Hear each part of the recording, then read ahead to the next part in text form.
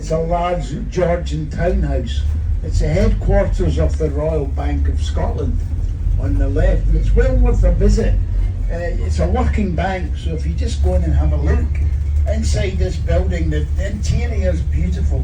We've kept the chandeliers and everything from the old bank. So that's only remaining headquarters of a bank in St Andrews Square. So this is the restaurant section of St Andrews Square we're coming into now. Now Gordon Ramsay's got a restaurant here. I'd love to go into. Scott was a romantic novelist. He wrote a very romanticised view of what life was like in Scotland. And people read his books, especially in England, and came to visit. So Sir Walter Scott started the tourist industry in Scotland. They would read his romantic novels.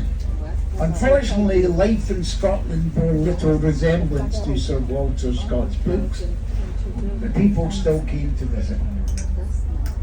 If you've seen Outlander or something like that, his books portrayed the Scotland. All the big shops have closed. John Lewis, Debenhams, Jenner's, all your large department stores have closed in Princes Street. I would say if you're going shopping, you go to the new St James Quarter shopping centre. We'll see that a bit later on in the tour.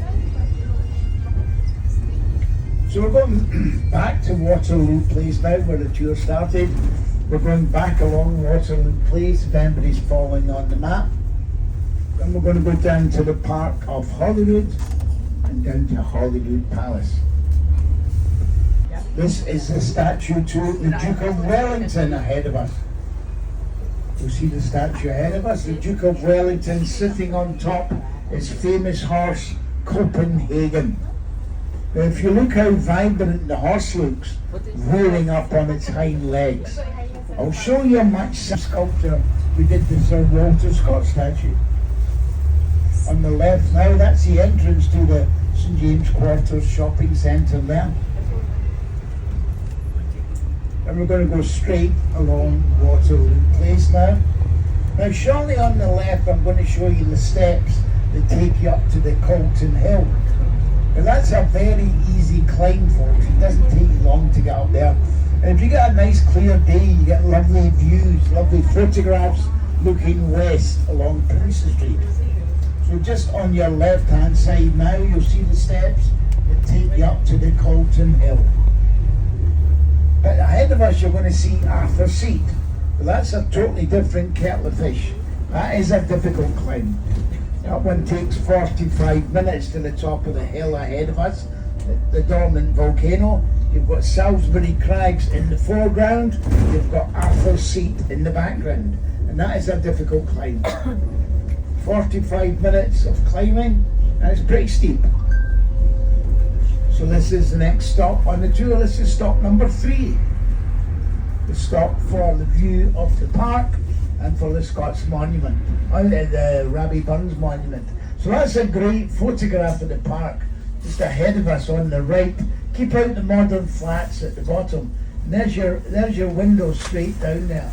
Now if you've got a good camera, try and get the people standing on the top of the crags. Oh, sure. And that will give you a great sense of scale. It'll give you a great sense of proportion for the photograph. But that's a good photograph straight down there. Yeah, you can't climb up. A lot of young people. Yeah, we're talking about the climb to the top of Arthur's Seat.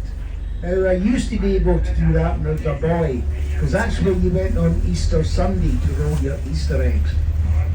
On the right now, this is a monument to Rabbie Burns. Rabbie Burns, Scotland's national poet. His most famous piece of work, Should Old Acquaintance Be Forgot for the Sake of Auld Lang Syne. It's told everybody sings the wrong words at New Year, me included. So you're going to get views of the park and of the palace.